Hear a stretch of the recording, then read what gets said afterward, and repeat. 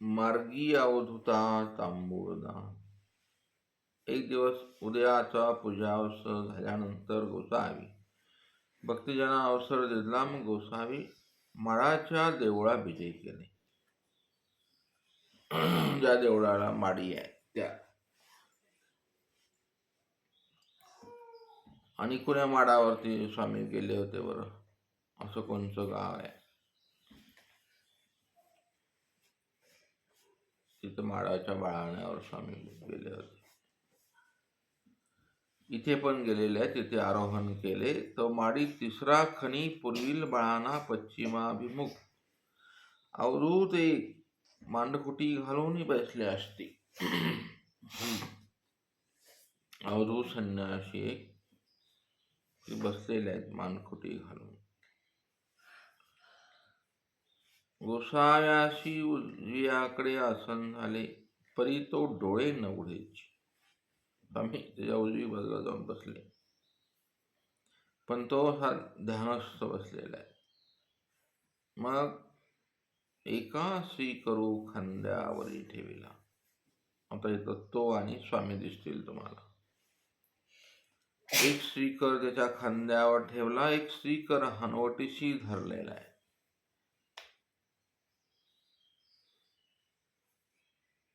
म्हणजे डावा श्रीकर हनवटीला ठेवलाय आणि उजवा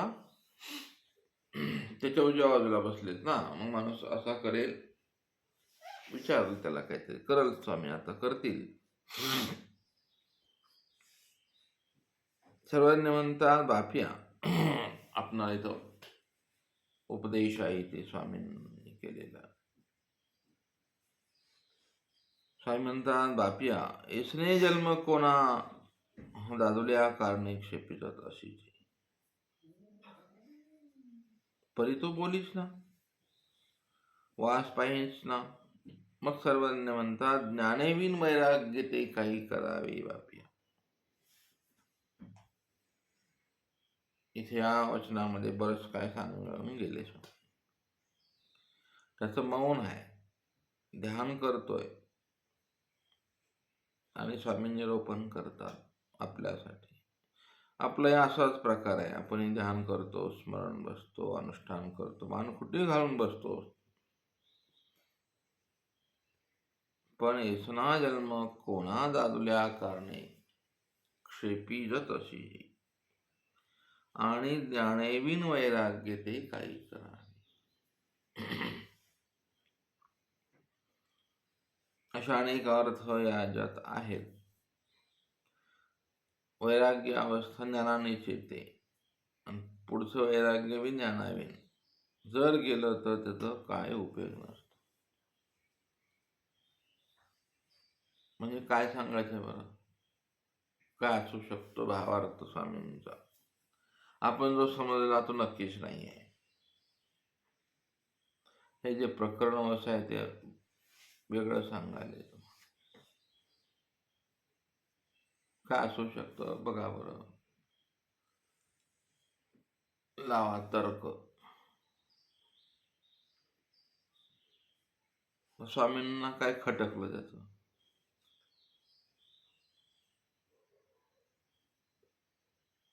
असे वेगवेगळे भाव तुमच्या चिंतनातून येऊ शकतात, पण इथे सांगता नाही ना.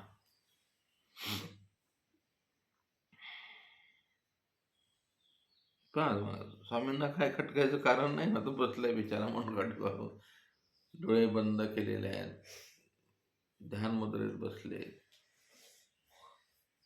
आणि स्वामींचंच निरोपण चालू आहे. हनवटीला एक हात लावला आहे, श्रीकर डोक्यावर एक हात ठेवला आहे, तरीही तो पाहत नाही, बोलत नाही, वास बघत नाही. आपला असंच आहे. असं स्पष्ट शब्दात सांगतायत ते. असे वैराग्य आपलं असं जातं. भुंकत वैराग्य चोरीला जात. भुकत भुकत चोरीला घेऊन जातं तुम्हाला ते वैराग्य तुमचं. हे असंच असतं ते. मग विश्वामित्र घ्या, वशिष्ठ घ्या, सुख घ्या. सुखाचं वैराग्य असं गेलं भुंकत व्यासाने ह्याच्या पुढं. कोणापुढे? सुखमुनींचं वैराग्य जनकापुढे भुंकत गेलं. जनकाच्या दरबारात बसलेल्या सर्वांचं वैराग्य अष्टावक्रापुढे भुंकत गेलं, है ना.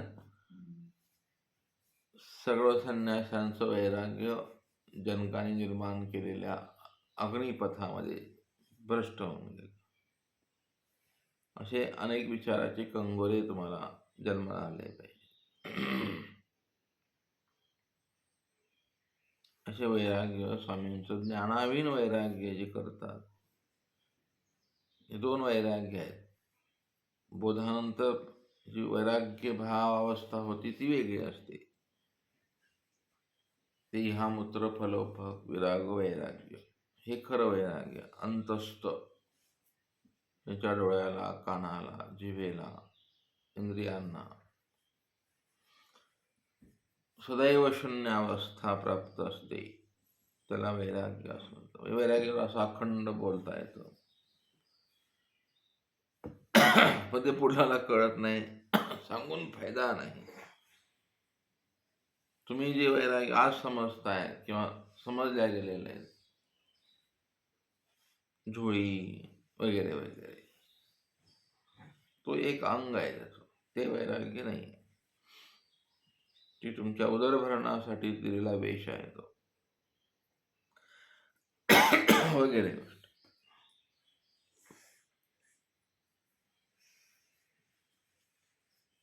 त्या कुठेतरी कथा आहे अशी, ते भिक्षेला गेल्यानंतर ते दारात रुपया पडलेला होता. भिक्षा शब्द केला आणि तो रुपया बघितला.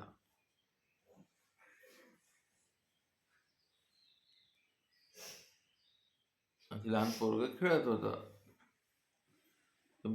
ते बघितलं आणि त्या रुपयाकडे लक्ष गेलं आणि ते रुपया घेण्यासाठी तिथे गेले ते साधनवंत. त्याच वेळेला त्याचं वैराग्य भंग. असं असतं ते, वैराग्य कधी भंगत नाही. असं आला विखो पाय हंता आला पाहिजे. अशा अनेक उदाहरणं वेद, पुराण, उपनिषदामध्ये असतात. हे ज्याला कळालं, ह्यातून भानगड्या सगळ्या. स्वामींची बारीक बारीक विचार आहे स्वामींचे, की नाही. वैराग्य एक भाव अवस्था आहे. आपण त्या वैराग्याला वेड्यात काढलं, स्वामींच्या वैराग्याला विकृत केलं. उडत पांखरू न पाहावे, ही वैराग्याची परिसीमा आहे. पाखरीला घोडा न पा, आणि तो पाहून जर तुम्हाला वैराग्य ढगमगलं, समजायचं आपलं वैराग्य खोट आहे. लेप असा देवळी न बैसा, आहे की ना. किती सूत्र स्वामींनी अशी बारीक समजून येते.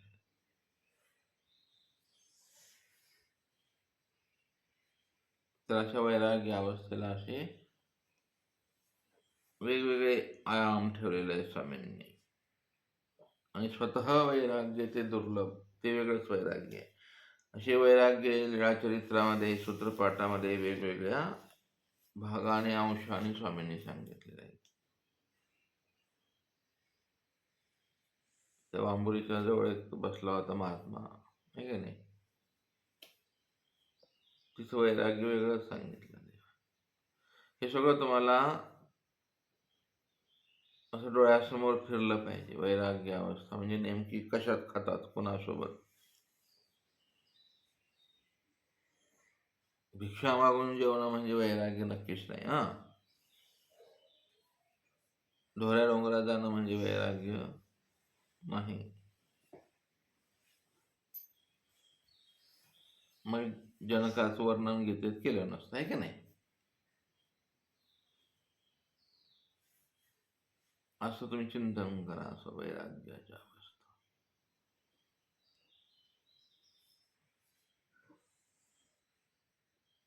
कशा आहे स्वामींचं कसं डिटेल वैराग्य कसं असेल, सखोल स्वामींना आवडणारं वैराग्य कोणतं असेल बरं,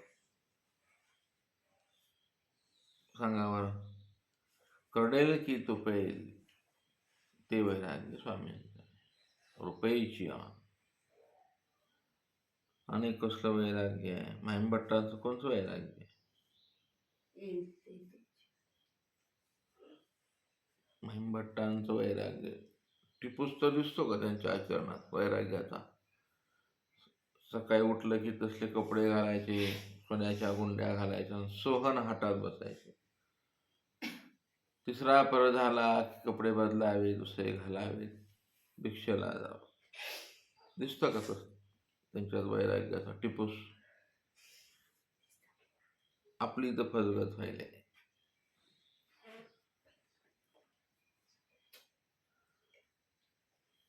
साधेच वैराग्य आहे बघा. औसा देवीचं आहे. हे नाव जरी घेतले तरी तुम्हाला महत गोमट लागेल. त्यांच्या वैरागिक कंगुरा बघा त्या पात्रांमध्ये. कणवाड पाडो असे देह पाडो स्वामी जगन्नाथ, हे उच्च लेवलचं वैराग्य आहे. साधा जेव्हा मेली ते वैराग्य आवडतं. नाथोबासांचं खरं वैराग्य आहे की नाही? मला भिंती स्वीकार तर मंडळी. कुणाला सांगितलंय? देमटीशी ना. ते वैराग्य असे तुम्हाला चिंतन करावं लागलं. या ज्या वाटेवर स्वामींना आवडते ती वाट तुमची अशी चिंतनातून जन्माला आली पाहिजे. हा प्रवास मूर्खासारखा नाही झाला पाहिजे. या निघाले वैरागी कर.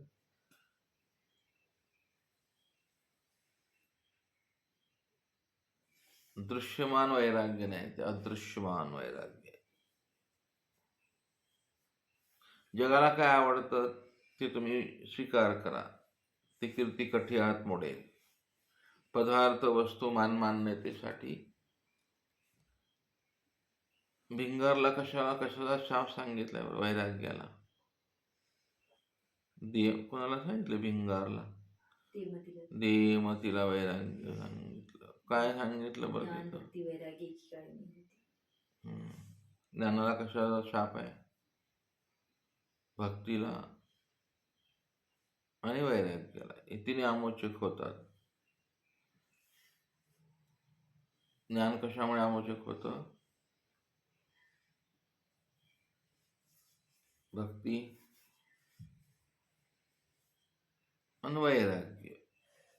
ती एक लीळा समजली की सगळं साहित्य समजतं. एक लीळा कुठलीही स्वामींची समजली, सगळी ब्रह्मविद्या समजते.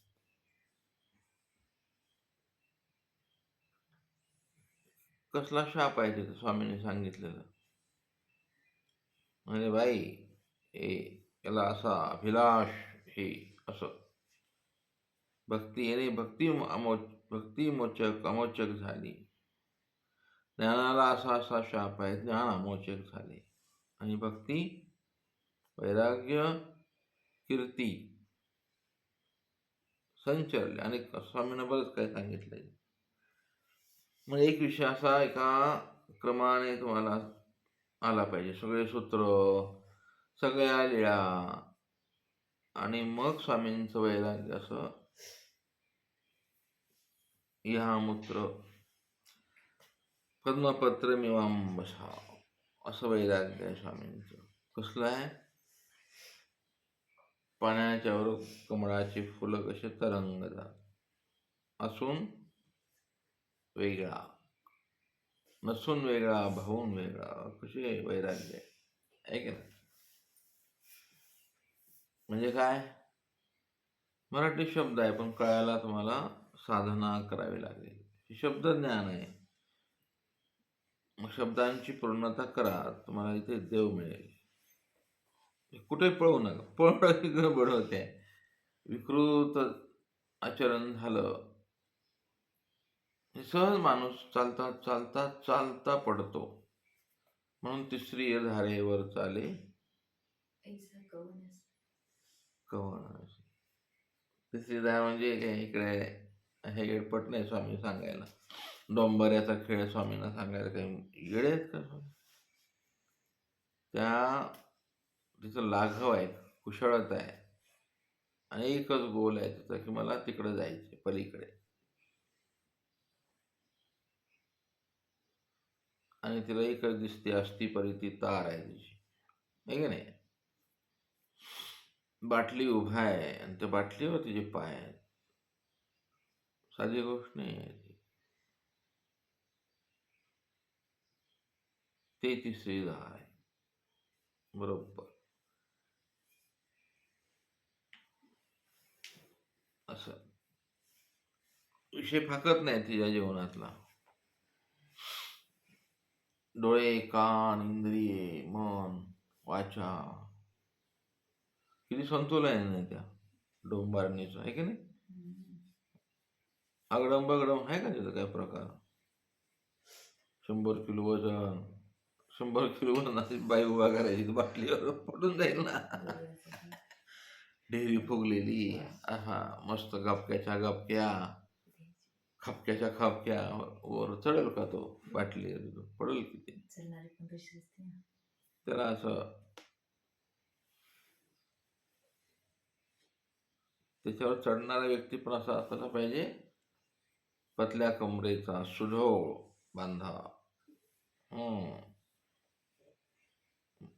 असं ते बोर होत. एका विषयावर थांबायचं म्हणले माणसाला खूप बोर होत, आहे की नाही. आपल्याला घाई झालेली अभ्यासाची घाई, आहे की नाही, पळायची घाई.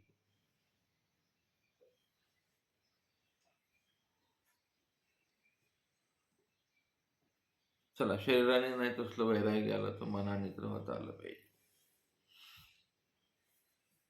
असं म्हणून साई म्हणतात, बापे हो, तिथं सांगते वैराग्य ते ज्ञान सांगायचे स्वामींना. आता ज्ञाने बिन वैराग्य ते काय करावे बा, काय करताय माझ्या मूर्खासारखं असले. आणि मग गोसावी डावीनी श्रीकरी हनवटी धरली, मला सांगितल्याप्रमाणे डाव्या हातानं. किती भाग्यवान आहे तो स्वामी, त्याची हनवटी धरतात. ओ हो.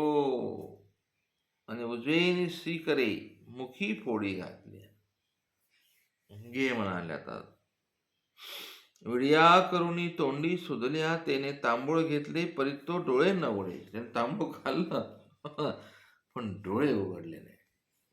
स्वामी भेटतील ना तिथे, आपलं असंच आहे.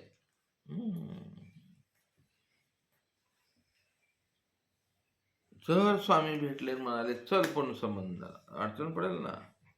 इकडली मान मान्यता, कीर्ती, प्रसिद्धी, देवपूजा, मार्ग राहून जाईल ना.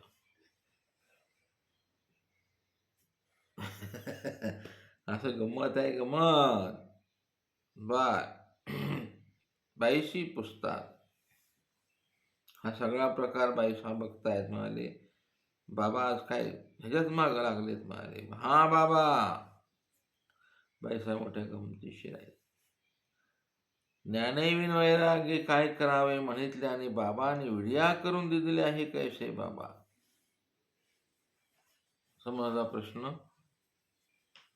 बाईसांची किती थोर बुद्धिमत्ता आहे. तर्क सुंगत बाईसा बोलतात सतत चरित्रामध्ये.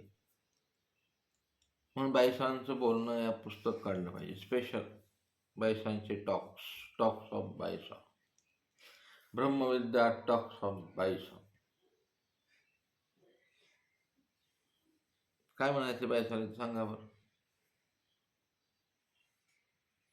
हे बाबा तुम्ही काय सांगून राहिले, काय करून काय राहिले. म्हणाले तोंडात तांबूळ द्यायलाय तुम्ही आणि वैराग्य सांगायला तुम्ही. काय म्हणजे नेमकं तुम्हाला काय म्हणायचे. हे कैसे हा काय विडंबना चालले म्हणाले. तुमच्या निरोपणात एक चालताय, कृती एक करताय. सर्वज्ञ म्हणतात बाई हा अयाच्यग्रासिया, हा अयाच्यग्रासियाचा अधिकारी पुरुष आहे.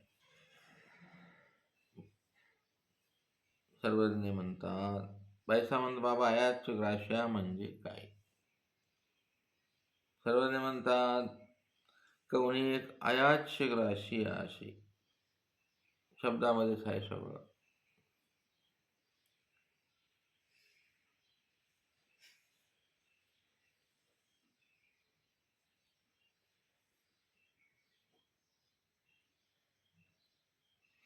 तयाशी कहूनी एक घास सोये,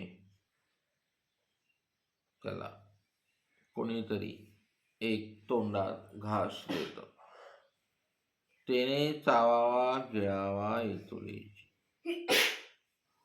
त्या कार्ट्यानं फक्त चावायचं गिळायचं, भाषा आहे ती. चाव किरा आपण म्हणतो, अरे गिळ की, गिळ गिळ गिळ. भांडणावर म्हणतात गिळायला आलास का आता, गिळ पोटभर. ह्या भाषा इथून आलेल्या आहेत, चाव की गिळ की. स्वामी म्हणतात त्याने तो घास चावावा गिळावा, इथूनच फक्त त्याच्या तोंड राहिलेलं शिल्लक कर्म त्याचं. परी धातू ते नेते आणि काय मध्ये इथून गेलं म्हणजे या सप्तधातू तयार होतात. ती शक्ती वेगळीच राहते. म्हणजे हातात काय नाही आपल्या, इथून खाली लोटलं ना सगळं. सकाळी जाईपर्यंत डबा घेऊन बी गेल्यावर बाहेर येणं त्याच्या हातात आहे. तुमच्या हातात काय नाही राहिलं. आपला भ्रम आहे. आपल्याला वाटतं मी केलं, मी खाल्लं, मी पचवलं, आहे का नाही, माझी देहरी कशी आहे. पुन्हा पुन्हा हात फिरवतो जेवता जेवता, जेवण उठल्यावर असं बघतो, लय बदमाश हा जीव. पुन्हा पुन्हा तोंडावरून हात फिरवतो, माझं तोंड कसं आहे. तुझ्या तोंडाला असा स्वामींनी स्पर्श केला तर तोंड बरं आहे. काय करायचं ते, तोंडात किडे पडून मारायचे कॅन्सरचे. तर सगळं अन्य वारता तोंडात. आपल्या थोबाड्यात काय आहे, सतत जगाचं चिंतन, नातेवाईकाचं चिंतन आपलं असलं सगळं, शिष्याचं, परिवाराचं. आपल्या चिंतनात हेच वेळ जातो की आपला. तोंडात काय आहे, आम्ही देतुल्य विखो आहे तोंडात. ही वैराग्य स्वामींना सांगायचे. आयात ग्राश्या कसा आहे की तो घास स्वामींनी घातलाय त्याच्या तोंडात, आणि त्याला फक्त आता चावायचे आणि गिळायचे. आणि गिळल्यानंतर ते सगळ्या वचनांचा सप्तधातू हे बोललेलं कळायचं नाही. आता दृष्टांतिक फार महत्वाचं आहे. तैसेही पुरुषे उभ्या ठाकुनी प्रयत्न करावा इतुलेची. आणि मधलं सगळा कार्यक्रम मग स्वामी करतात. पुन्हा फक्त पुरुषी उभा ठाका. नव्हते पूर्वी ती सर्वज्ञ, त्या राजाच्या त्याच्या अधिकारात जे नव्हतं ते पुरवतात. त्याला वेगळीकडेचा अर्थ नेला आपण त्याचा. परमेश्वर सहाय्य करते.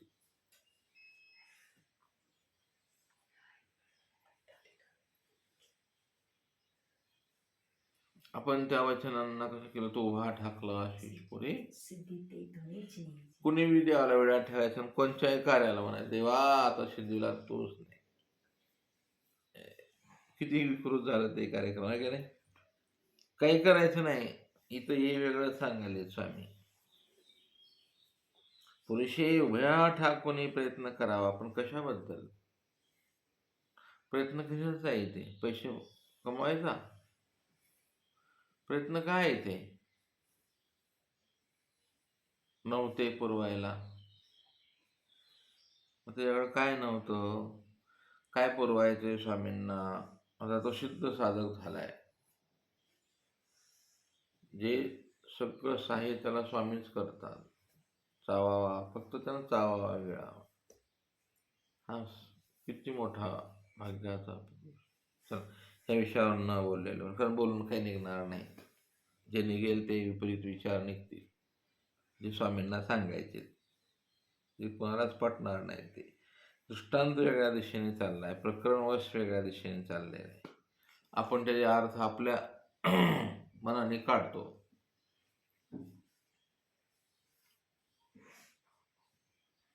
सप्तधातूंची योग्यता फार आवड आहे. सप्तधातू असा भ्रम आहे आपणाला की कळल्यासारखं वाटतं, भ्रम आहे का नाही. दृष्टांत कळला, पण नेमकं काय सांगायचं बाबाला आपल्या, हे आत्मचिंतनातून जन्माला येत असतो आत्मज्ञान. म्हणून स्वामींनी सांगितलं आत्मज्ञाने मोक्ष. वचनाचं आत्मज्ञान झालं पाहिजे, दृष्टांताचं, द्रष्टांतिकाचं.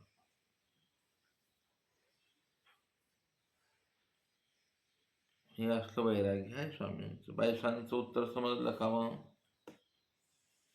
बायसा ग बसल्या, पुन्हा बोलल्याने दंडवत म्हणाले, बाबा दंडवत दंडवत, चुकलं माझं.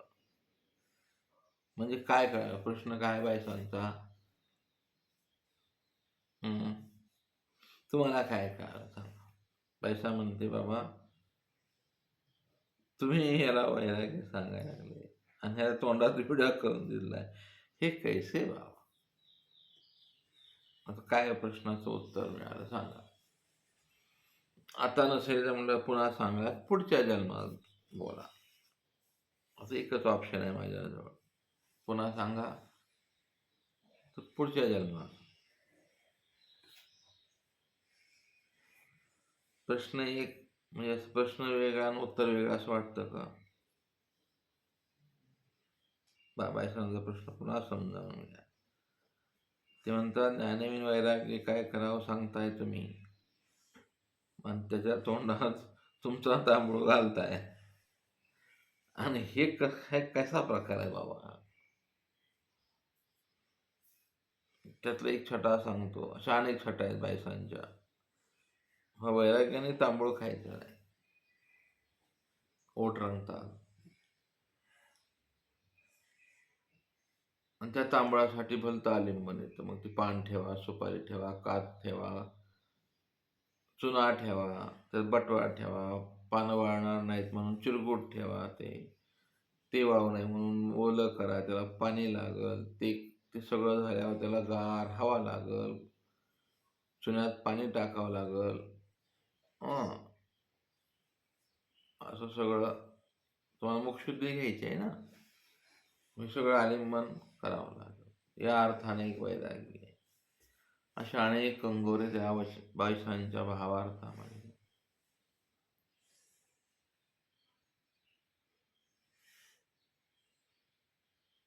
आता प्रश्नाचं उत्तर मिळालं, शोधा. तो तुम्ही काय उत्तर देता ते.